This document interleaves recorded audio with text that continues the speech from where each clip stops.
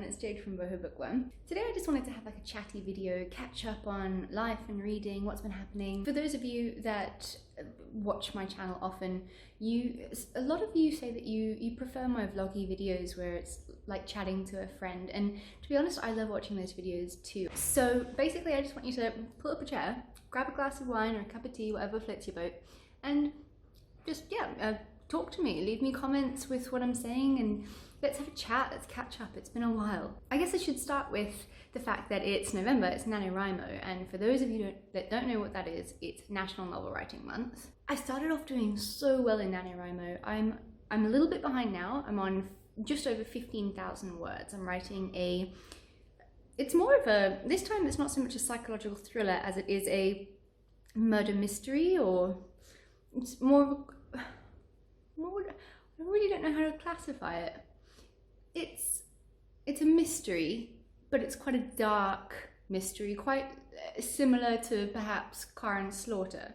So I'm kind of going a little bit more out of my comfort zone than my normal psychological stuff, but I'm really enjoying it. I am submitting it to a publishing house in the next 2 days, so that's really daunting. I've had a few beta readers that have read the first few chapters, which I'm going to submit, and the feedback was so positive.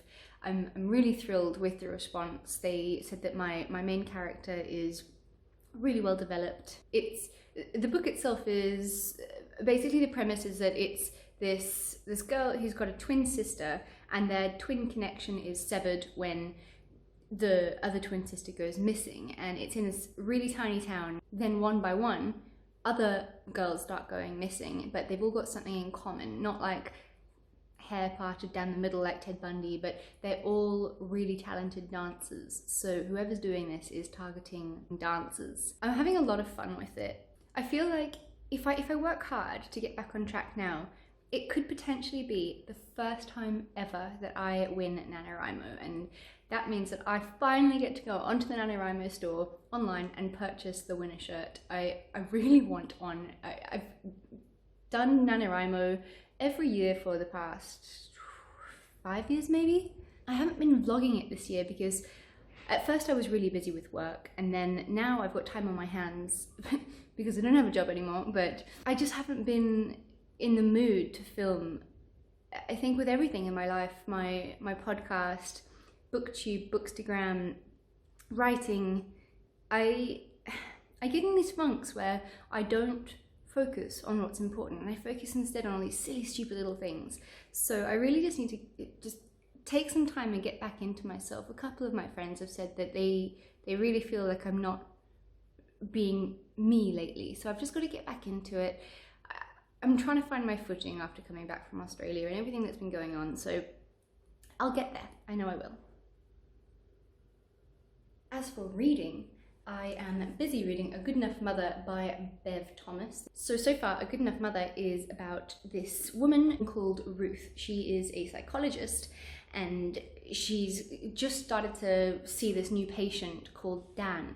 But when Dan walks into the room, she's blown away because he looks exactly, almost identical to her son. And about 1.5 years beforehand, her son went missing. Or, we're not really sure exactly what happened or how he went missing, but he's gone.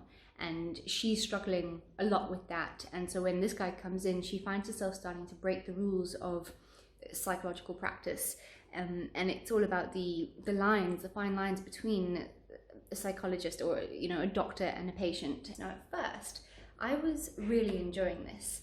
I felt like the first chapter was really captivating, super intriguing, the writing was good, and it ends the chapters on a cliffhanger, so you keep wanting to find out more and you don't want to put the book down. But as it's gone along, I'm just over halfway through now, it's really slowed down in pace, and there's so many storylines that I'm trying to find the relevance in all the different little things. But it's a bit tiresome to keep putting the pieces of the puzzle together, but we'll see. Hopefully it all adds up. I mean, Paula Hawkins, who wrote The Girl on the Train, she blurbed up on the front and she said, "Taut, absorbing, and psychologically astute." So, and I love a psychological thriller, so I really must just give it more of a chance. A book I just finished was After the End by Clare Mackintosh, who is one of my favourite authors. She predominantly writes crime books, so After the End was really different for me because it's not a psychological crime book at all. It's a story about a husband and wife, and they've got a young son. They're very successful, very happy. They're like the power couple, as you would say. But then their son gets diagnosed with this brain tumor, and their worlds just fall apart. Everything crashes down. They have to make the obviously impossible decision whether they keep their child alive by giving him a treatment that could possibly help him live a little bit longer, or help him get rid of the suffering and help him die, basically. And then media gets involved, morals are questioned, everyone's got their own say, and everyone's judged. I mean, the parents are judged. It's a brutal story, and it's really not easy to read, but it's Clare Mackintosh. The writing was superb, and I loved it. I cried. It was extremely emotional, gut-wrenching. I highly recommend it, but just know going in that it is nothing like her other books. With her other books, with the crime, it has alternating chapters between either, the victims or the family of the victims and the detectives investigating the case. With this one, we get alternating perspectives from not only the parents, but also doctors involved in the case, and we get a little bit more in depth into the law behind a medical drama like this. So that was fascinating as well, and I like that she's written a bit out of her comfort zone. I'm finding this Nanowrimo a lot harder because last Nanowrimo I outlined my entire book. I had chapter summaries, everything. I knew what was going to happen, but now with this book I just kind of started writing like a pantser, as they call it, and now that everything that I had in my head is already on paper, that's the 15,000 words I've already done, and now I'm struggling to get the creativity and the imagination to come up with the rest of the story. Like, I know more or less what I want to happen,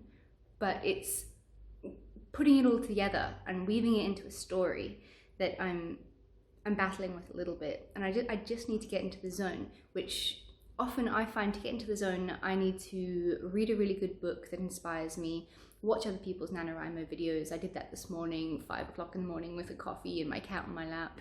Once I can get back into the zone, I'm just going to start writing again and hopefully smash out the rest of this book. I want it to be at least 110,000 words, and I'm hoping to have it completely finished, the first draft, by the end of the year. I'm on 15,000, so I've got a lot of work to do. And while I'm trying to do that, I am also looking for a job. So yes, I am at 29 in half a year. I don't have a job. I don't have an address. I live out of a backpack. All of my stuff that I own, all my books and furniture, little furniture that I do own, which is pretty much probably just a beanbag, is all in boxes. So, life. You never know what it's going to throw at you. I went from having a home of my own, a car, a job, everything, to literally having nothing. I'm borrowing a car at the moment because I can't afford to buy my own. But these are the things that we deal with in life, and I'm really trying my best to keep chipper. I was so upset when I got back, and it took me a while, especially after the break-in where 2 men held me down in bed and robbed me, and physically hurt me. That it's been hard to get back into this stage of wanting to do what I love: film videos, write, read, podcast. But I feel like I'm getting there, so let's see how we go. I hope you're all well. Please chat to me in the comments down below. I'd really love to hear from you all again, and just know that people are actually still watching my videos and haven't completely decided that I'm never coming back. I'm trying, I promise. I've just got to take more time. I've got to make a schedule. That's what I need, some structure in my life. I miss you. I love BookTube. and I'm going to make more of an effort with everything in my life and to try just become me again, because I could feel that I've lost myself and I need to get that back. The jadism. I'll see you soon, guys.